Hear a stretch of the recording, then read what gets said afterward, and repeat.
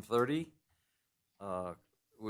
Could you call the quorum or call a roll, please? Chair Hadaway, Here? Vice Chair Providenti, Here.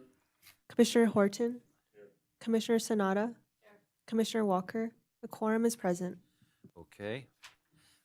Let me get my glasses.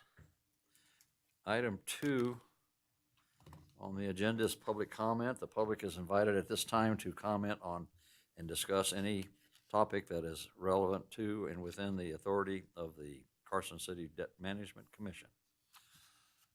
I see no public, so we will go on to number 3, approval of the minutes for February 20th, 2024.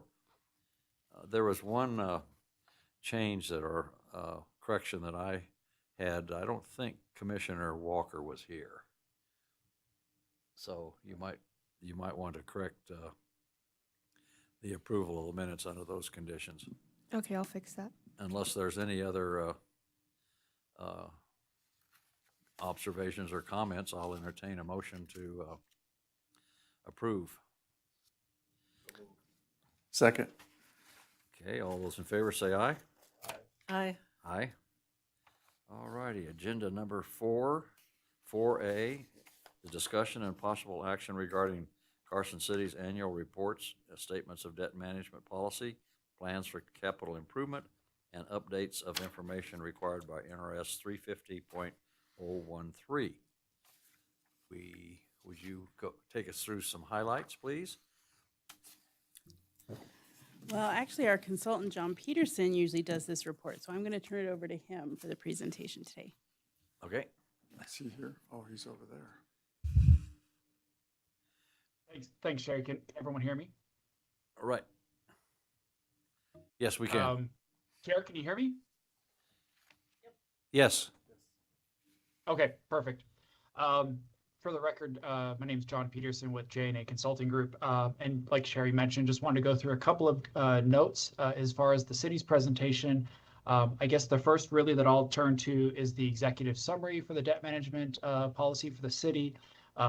For the board members, that's page 25 of your packet. Just the highlights there, the city has approximately $136.2 million of outstanding GO debt. And just to note, that's down from last year where the city had $143.5 million of GO debt at the end of 2023. The city has $6.9 million of revenue bond debt, and that is down from $8.2 million from the end of fiscal 23.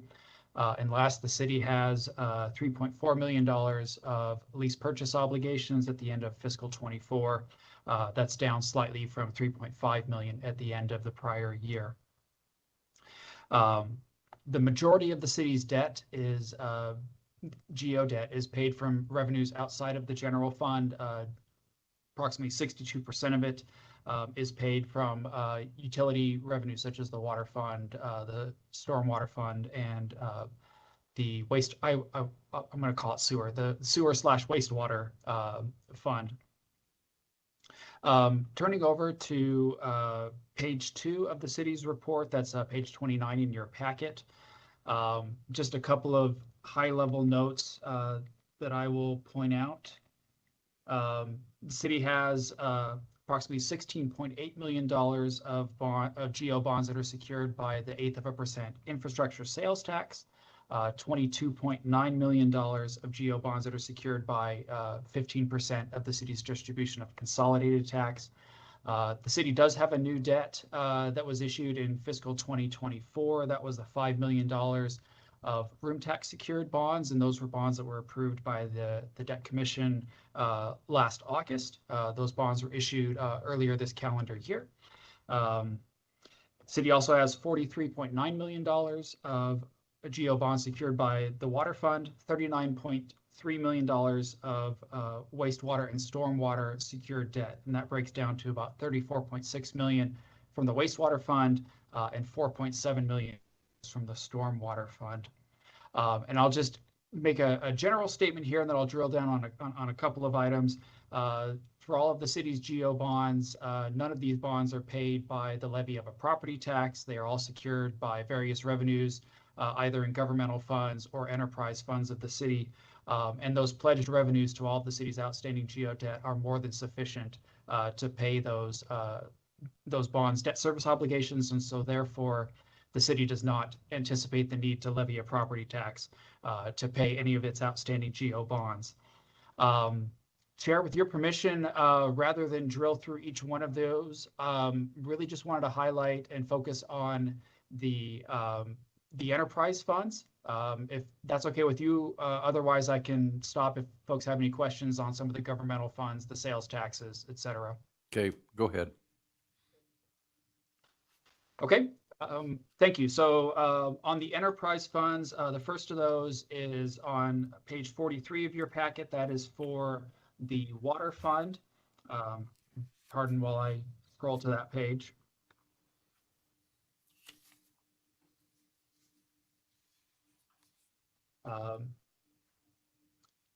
As I mentioned before, the city has $43.9 million of outstanding bonds that are secured by revenues of the water fund.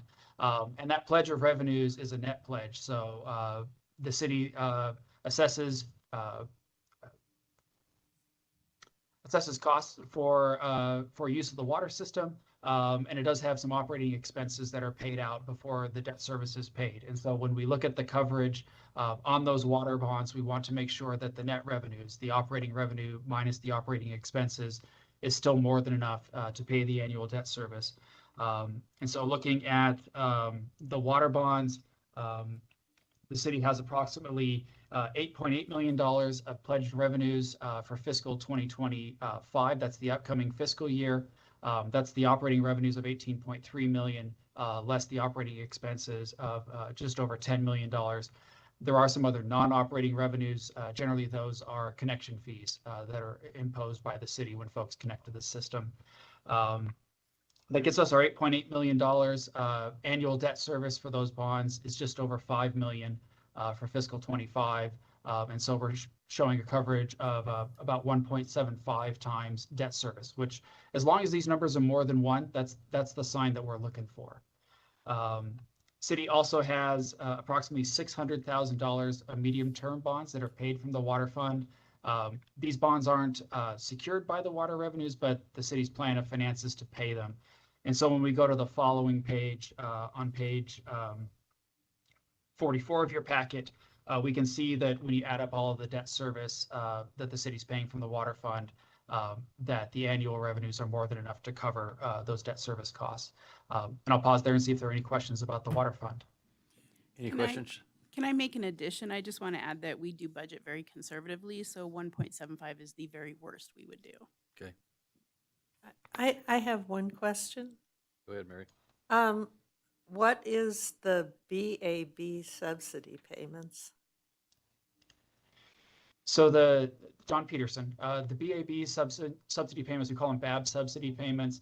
This was a program that the federal government created back in the financial crisis in 2009. Essentially what they offered the city was, instead of issuing tax-exempt bonds, which the city is eligible to do as a government, the federal government said, if you issue a taxable bond, we will pay you a subsidy equal to 35% of the interest cost. That was a program that only lasted through the end of calendar 2010. So there is only one bond outstanding with the city that still has that subsidy. And it's just a check that the city gets from the federal government every 6 months. Thank you. Any other No questions? Okay. Okay, continue. Continuing on into the wastewater fund on page 46 of your packet. Again, $34.6 million that's of debt that's paid from the wastewater fund. For fiscal 2025, we show operating revenues of $17.9 million, operating expenses of just under $8 million, and again, non-operating revenues of about $700,000 for a total pledge of revenues of $10.6 million. And again, that compares to the annual debt service on those bonds of $3.8 million. So coverage of about 2.75 times. And I'll point out that after debt service on bonds is paid, any revenue that's left over is available to do other programmatic needs. of those funds. So for the water, wastewater, and the stormwater funds, that would include capital improvements, would include other kinds of expenses that they may incur within those funds. City also has $460,000 of outstanding medium-term bonds that are paid from the wastewater fund. And so then looking at page 48 of your packet, this looks at the total affordability of the wastewater fund. And again, when you add up all of the debt service payments between the 34.6 million and the 461,000, great coverage over there as well. And as Sherry pointed out, City believes that those revenue pledges are conservative.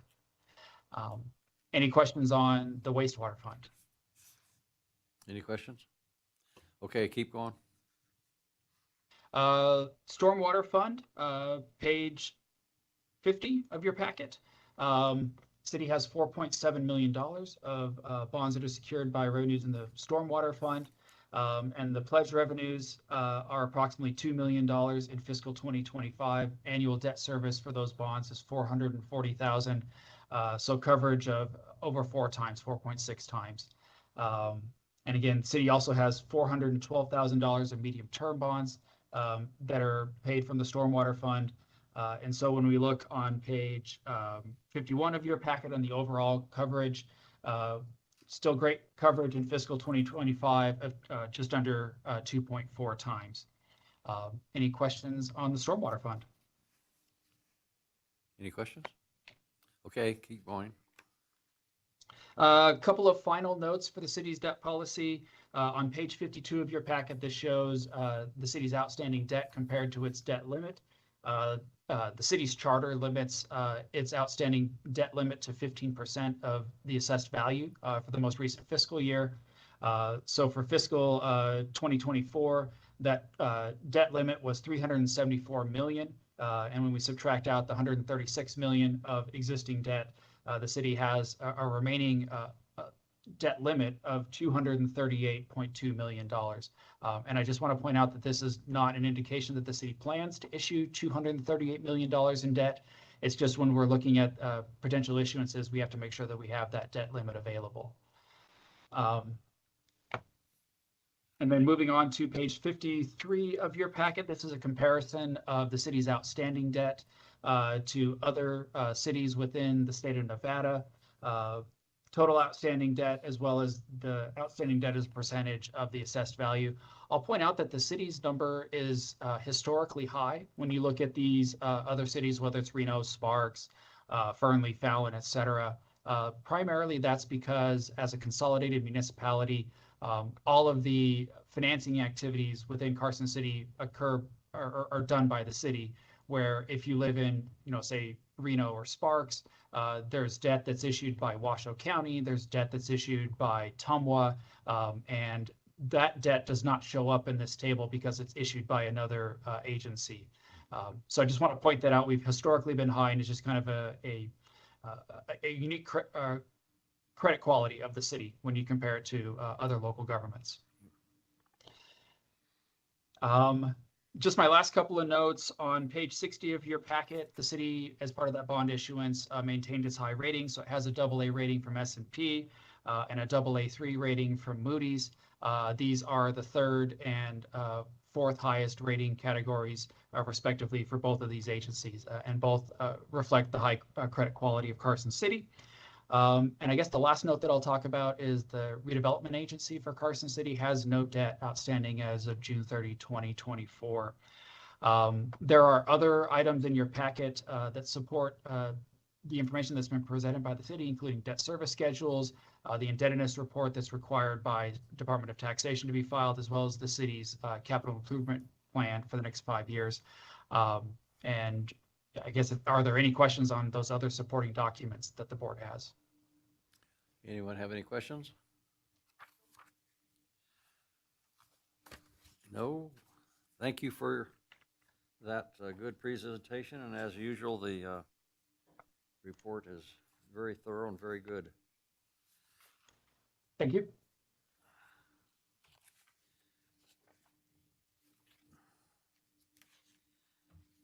Okay. We our action would be to move to accept the report, the statement of debt management policy, and the plans for capital improvement as required by NRS. Do I hear a motion? I'll move to accept the reports that we have just gone over. Okay, do I have a second? Second. Okay, any other questions or comments? Okay, all those in favor say aye. Aye. Any opposed? Okay, Thank you very much, and thank you, John. thank you. Again, very, very good, very thorough. Where's the 20 million for the courthouse coming from? Okay, we now have, turn the page, 4B, discussion of possible action regarding Nevada Department of Taxation's, wait a minute, 4B. No, this is for the schools, right? Yeah.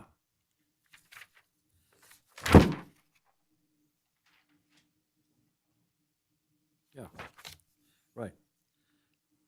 Okay, this is for the report from the school district. Thank you. Spencer Winward, Chief Financial and Operations Officer for Carson City School District. Mr. John Peterson has agreed to do the heavy lifting for us as well. Okay. So I will go ahead and let him run away with his wit and wisdom for you all. Okay. John? Thank you. John Peterson, for the record, I'll try and find something witty to say about the school district's debt.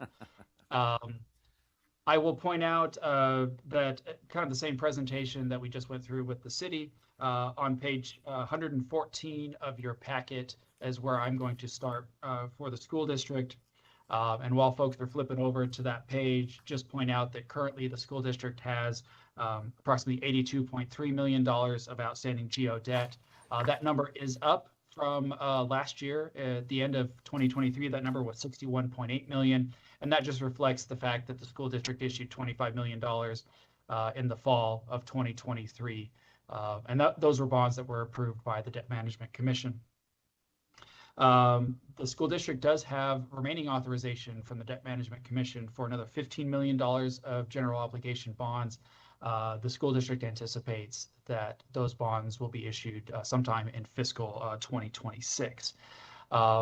Unlike the city, the school district's bonds are repaid by the levy of a 43-cent property tax that's throughout the city. These bonds are not paid by specific tax revenues. That 43 cents is outside of the district's general fund. These are not revenues that are used for instruction of students. These are separate and apart, and they don't ever mix.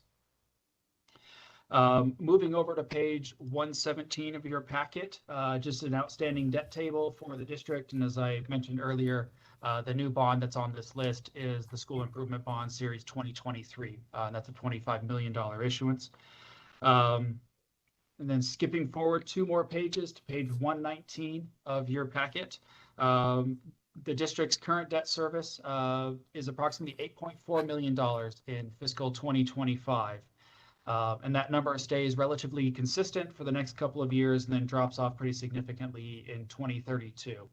And so what we look for with the school district, similar to with the city, is the available revenues that come from that 43-cent property tax levy, how they compare to the debt service, and whether there's any shortfall. And if there is a shortfall, where's that coming from? And so from going on to the next page, page 120 of your packet, we show that in fiscal 2025, the school district's budgeting approximately $8.3 million in tax revenue for the debt service fund to repay these bonds.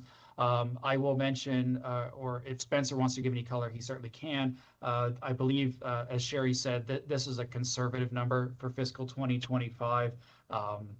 If Spencer, I don't know if you wanted to go into any more detail than that. No, that's pretty good. We do go pretty conservatively. If you kind of look at our FY23 earnings on investments and then our estimates for 24 and 25, clearly our estimates half of what 23 was.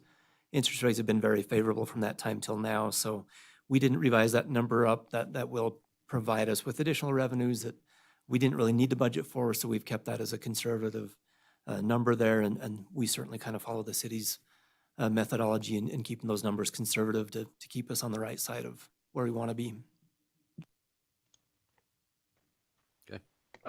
Thanks, Spencer.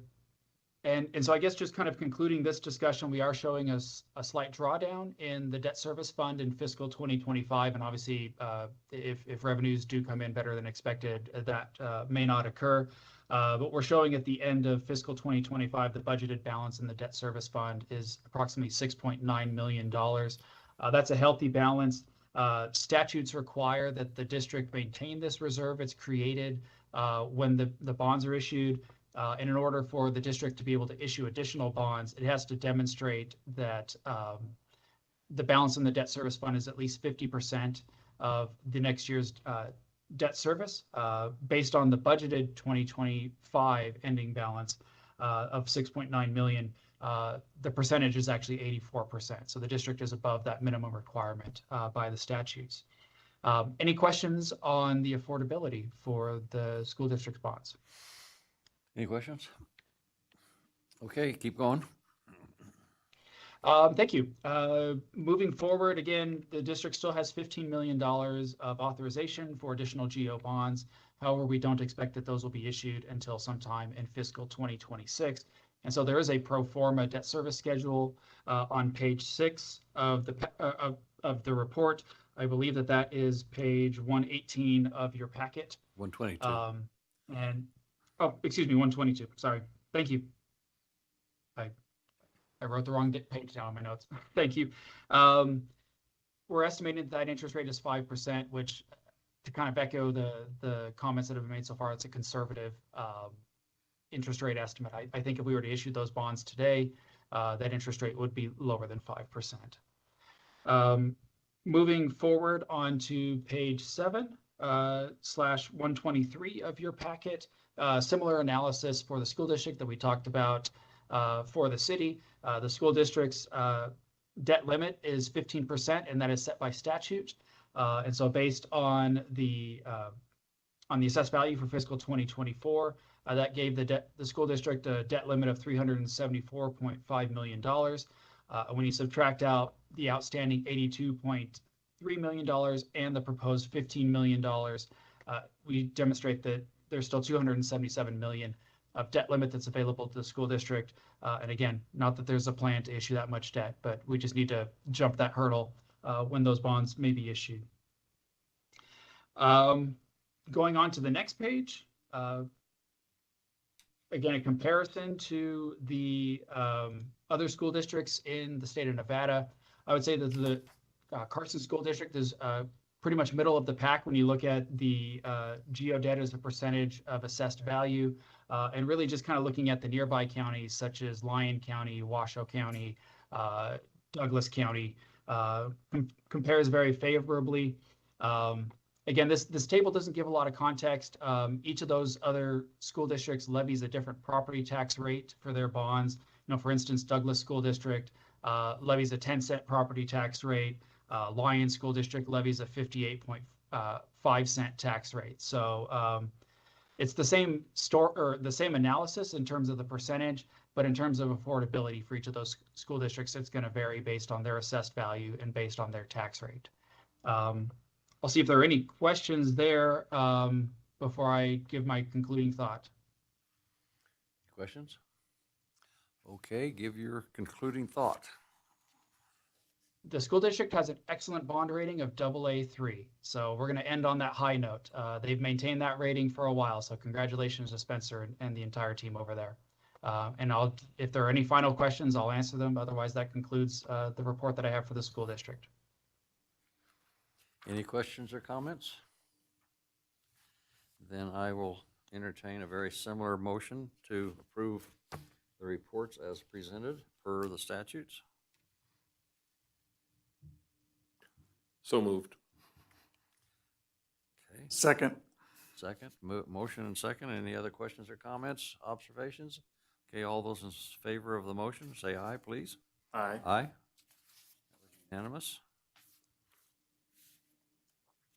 Thank you, Mr. Chair. Thank you. Good report. Okay, 4C. No, wait, 4, C. oh, yeah, I got it. I got it. I was thinking that we set the, we do that in February, though.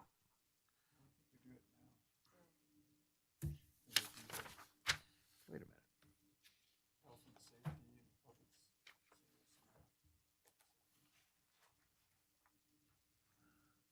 Haven't quite gone to sleep yet, but,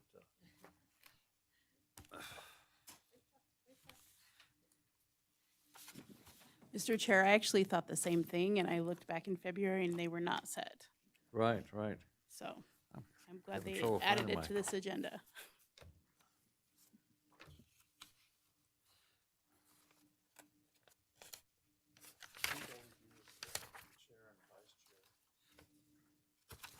Here we go. Okay.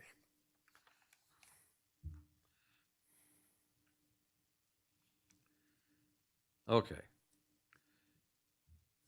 The item 4C is discussion and possible action regarding percentage limitations on total ad valorem tax levy as required by 350.0155. And I think the statute says 75%, but we have, at least since I've been involved, set it at 90 for Carson City. Yes, it can be no less than 75%, and we have set it at 90 since I've been working here as well. Yes, Right. for at least a decade. Right. So, if there's, Nick, So I move to accept the percentage of limitation on total ad valorem tax levy as required by NRS 350.0155 at 90%. okay, do we have a second? Okay, all those in favor say aye. Aye. All right, 4D, this is the priorities, and the statutes, well, I better read the whole thing. Discussion and possible action regarding priorities among essential and non-essential facilities and services as required by 350.0155.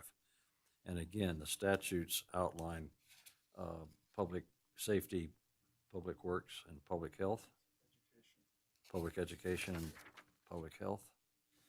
Yeah, I can make a And motion. we have basically, our position has reflected what the statutes say. Right.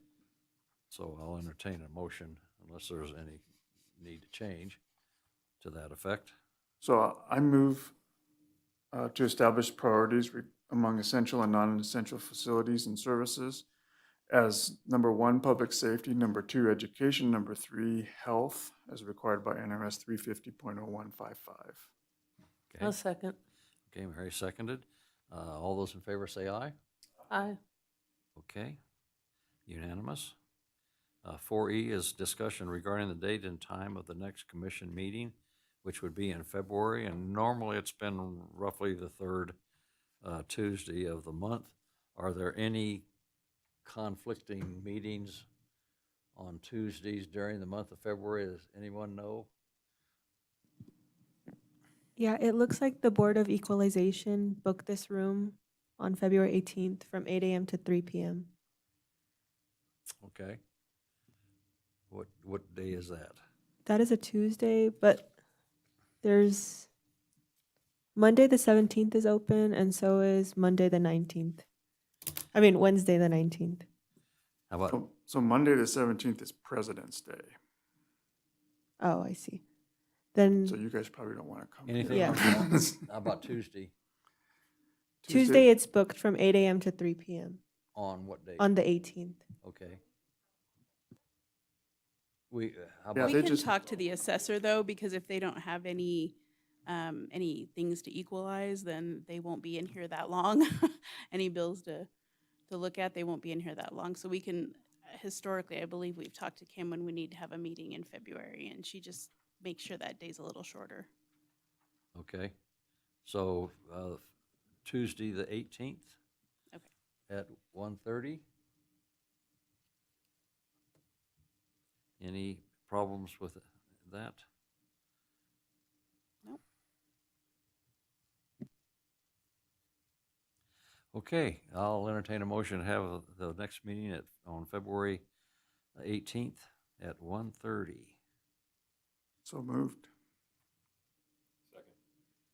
I think this item's for discussion only because if we need to change it, we don't want it to be Right. on the record. Right. Well, we did this one because of Right. an issue, so, okay, unless we are changing it, it will be February 18th at 1:30. Okay, last issue is 5, public comment. The public is invited at this time to comment on any matter that's not specifically included in the agenda as an action item. No action may be taken as a matter raised. And there is no public, so that should be noted, and I will adjourn the meeting.